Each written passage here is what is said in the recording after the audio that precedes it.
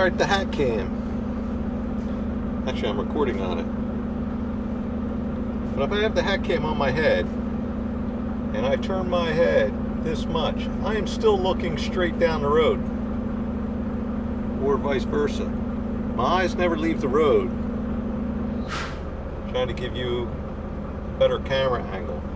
Now, if I want to look out the side, or give you a camera angle out the side, it's not that difficult for me to just go like that. My eyes never leave the road, you know, and I can just grab it right back.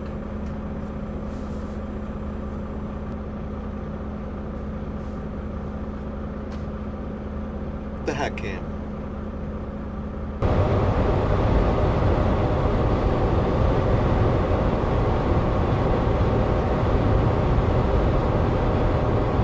All right, we are in Waynesville, Missouri.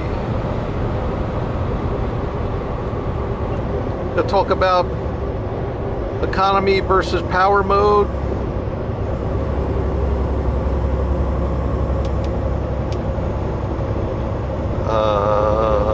And fuel economy.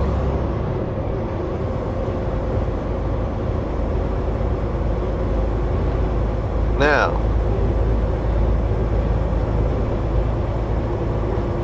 in California, we only had 26,000 pounds in a box, and I think the average was 10.8.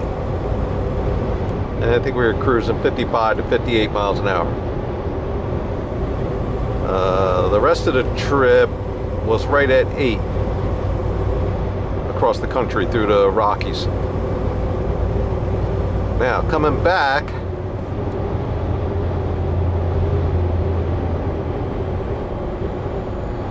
we have 43,000 pounds in the box. And going through the Rockies, we were averaging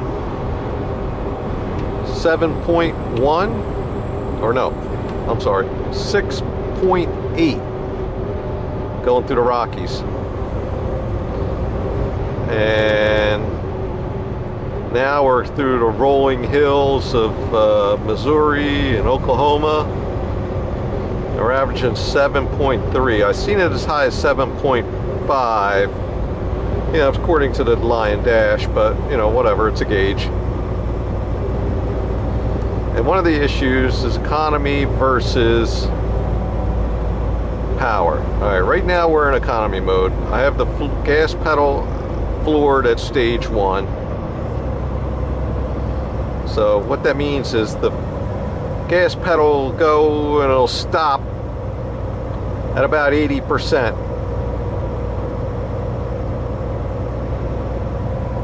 If you push through that, you can get 100% throttle, put you in power mode. I don't know exactly what the horsepower gain is, but it lets it rev up, and it's a lot more powerful, that's for sure.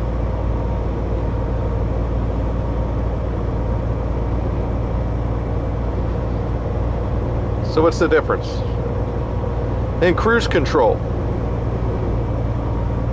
this thing is happy to just lug up a hill at 15 mile an hour in a 75 mile an hour zone in economy mode, which is, you're just in the way. Like right now, I'm gonna click it into power mode.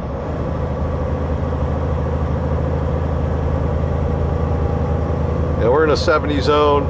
It would have been happy going 35 mile an hour, 30 mile an hour, just giving it 80% throttle, sipping the fuel as best it possibly can. But meanwhile, you're a traffic hazard.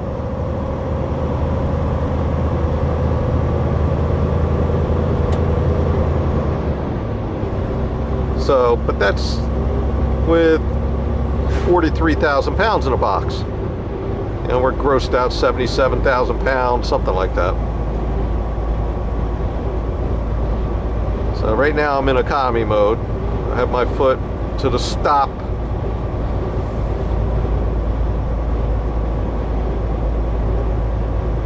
Which is where, when you're light, you can drive it that way all the time and it has plenty of power.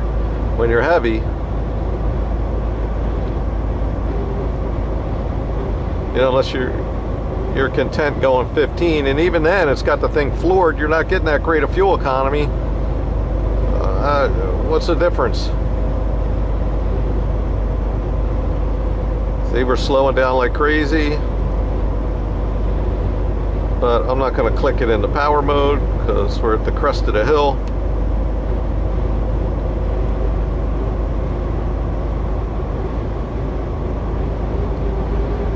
Now there is a switch on the shifter for economy or power, and when I was in the first part of the southern tier, to what do they call those mountains? California. Anyways, it's a big climb, and I had it in power mode. I think we were averaging about 4 miles per gallon.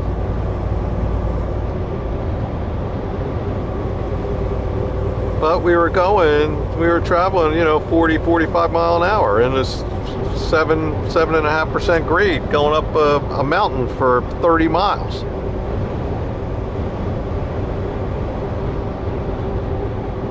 So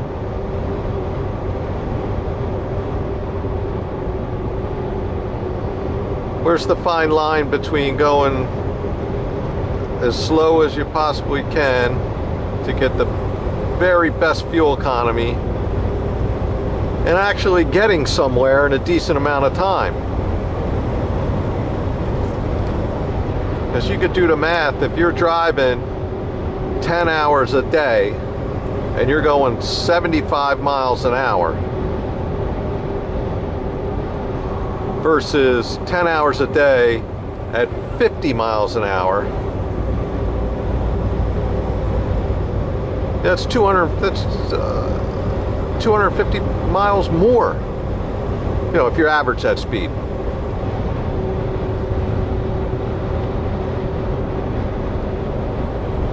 So we're still trying to figure this out on this truck. We had the Freightliner figured out. This truck, I do not. All I know is it pulls, 76, 77,000 pounds. It's way easier to drive than that Freightliner. So you go a little slow up the hills, big deal. It's a lot safer, it's a lot more comfortable.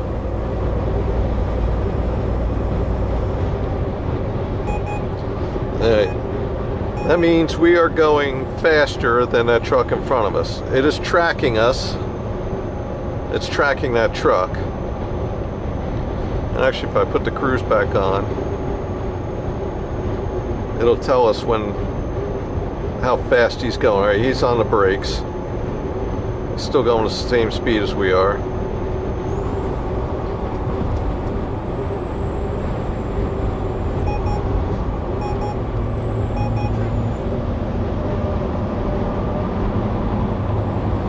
This isn't really a good test.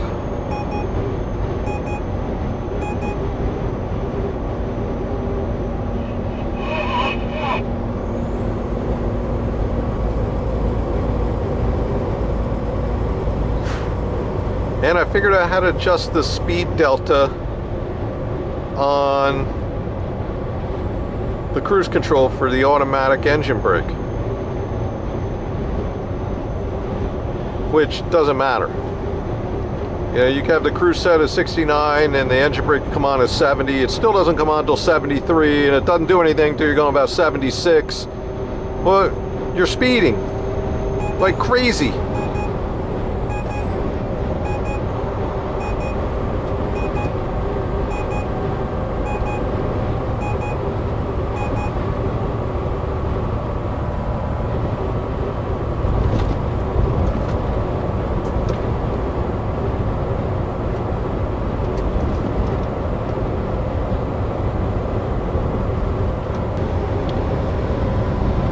So I guess I should have just videoed pulling up that big hill where I smoked right by a Peterbilt and a Freightliner in power mode. And I can't imagine them being any heavier than we are. We're about grossed out as maximum is allowed in the United States. And I'm happy with the performance. The performance is Spectacular. I mean, this is the 455 horsepower, 1,850 foot-pounds of torque, 13-liter engine with the turbo compounding. I guess I'll have to do a little quick video on what that's about.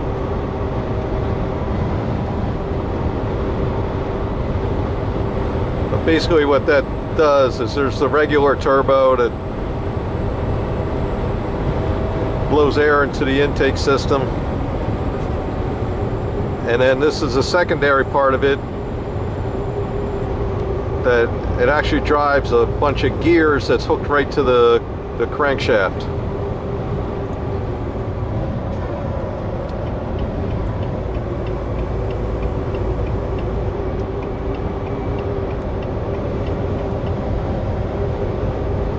It says it gives you an extra 50 horsepower. All I know is it looks real expensive.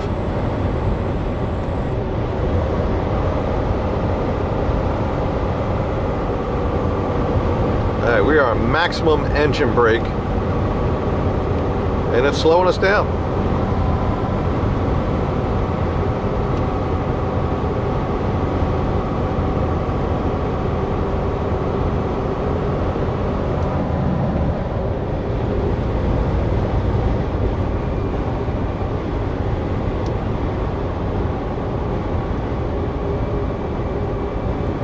So I really like the performance of the engine brake, performance of the engine.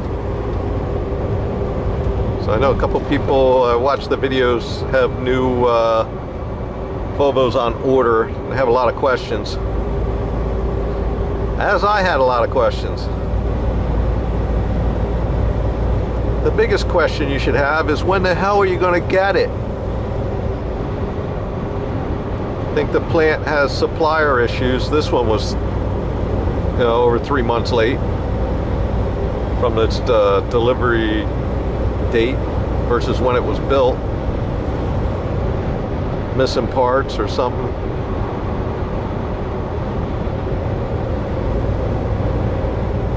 So I venture to say, cruising around the Northeast or the East Coast with a less than 30,000 pound load, we should be able to average 10 miles per gallon easy. All right, this is a big hill. We're going to kick it in power mode.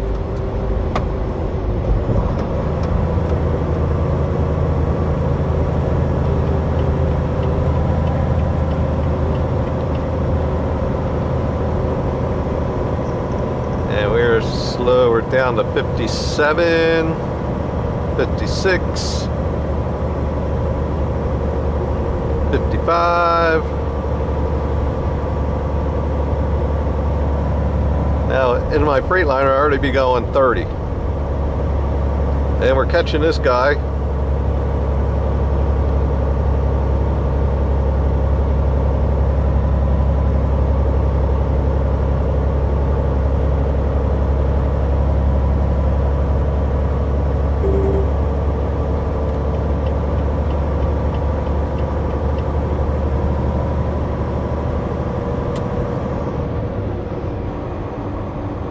Either going straight up or straight down.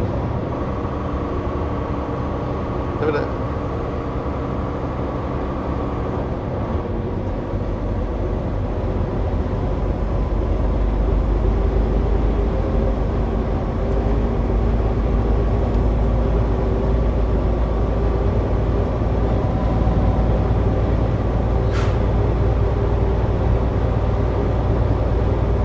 Yeah, like I said, going up that hill in a Freightliner, we would have been going 30, pulling this much weight. Now, the new Freightliners are better, supposedly.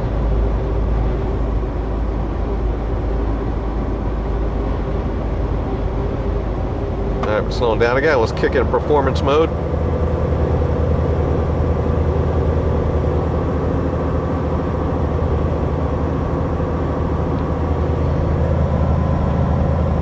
Comes a Kenworth. He's hauling ass. He's got to be empty.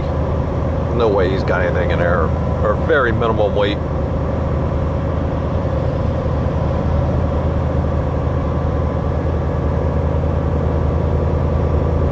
Yeah, there's no seal on there, so he's got to be empty.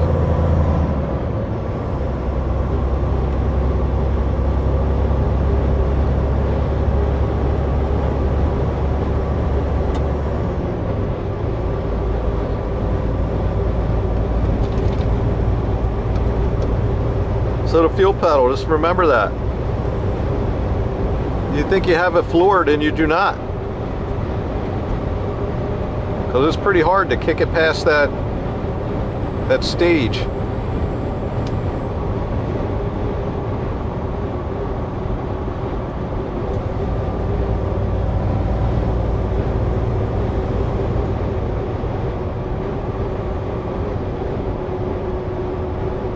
So let's see. So today we've already driven 512 miles. Average 60 miles an hour, and we're averaging 7.3 miles per gallon through these hills that you got it floored half the time. And we got about 45 miles to where we're going to stop. We could actually go farther because I still have 3 hours on the clock, but that puts us in St. Louis, which, if you haven't been to St. Louis lately, you do not want to stay there. Parts of it look like an old World War II movie scene where, you know, you just see half of a brick building and it looked like bombs blew it all up. And yeah, it's not good. So we'll have to shut down early because we can't make it.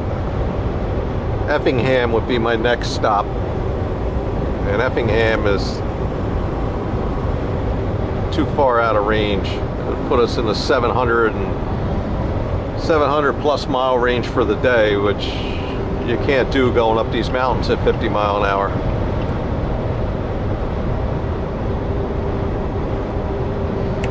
So we're going to stop.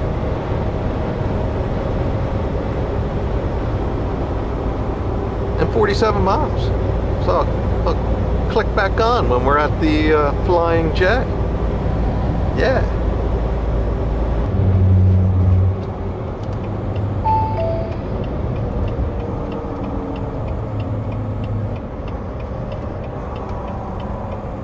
In 800 feet, turn left on MOH, MO 185 and then approaching destination on the left side in 820 feet.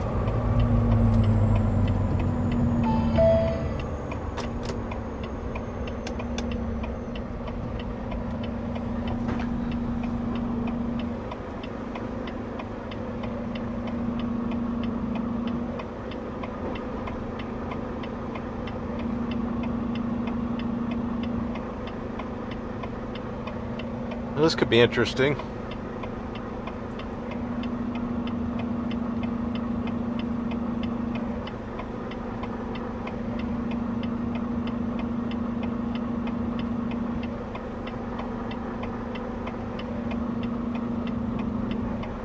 Hope we might get a chance.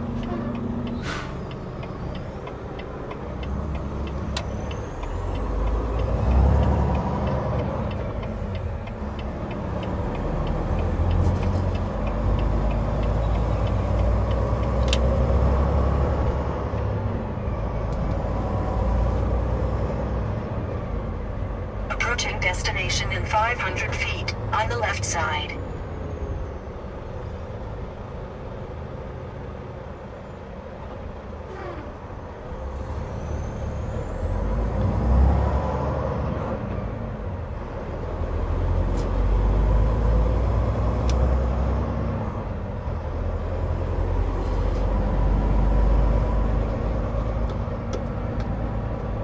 You have arrived at your destination on the left.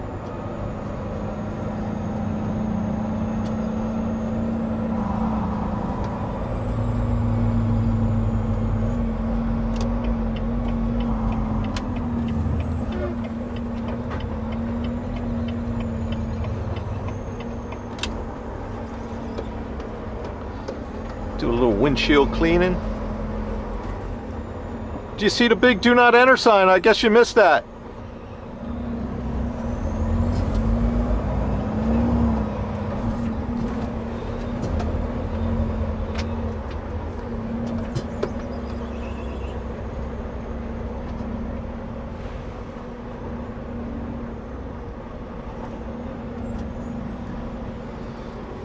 All right, we'll be back.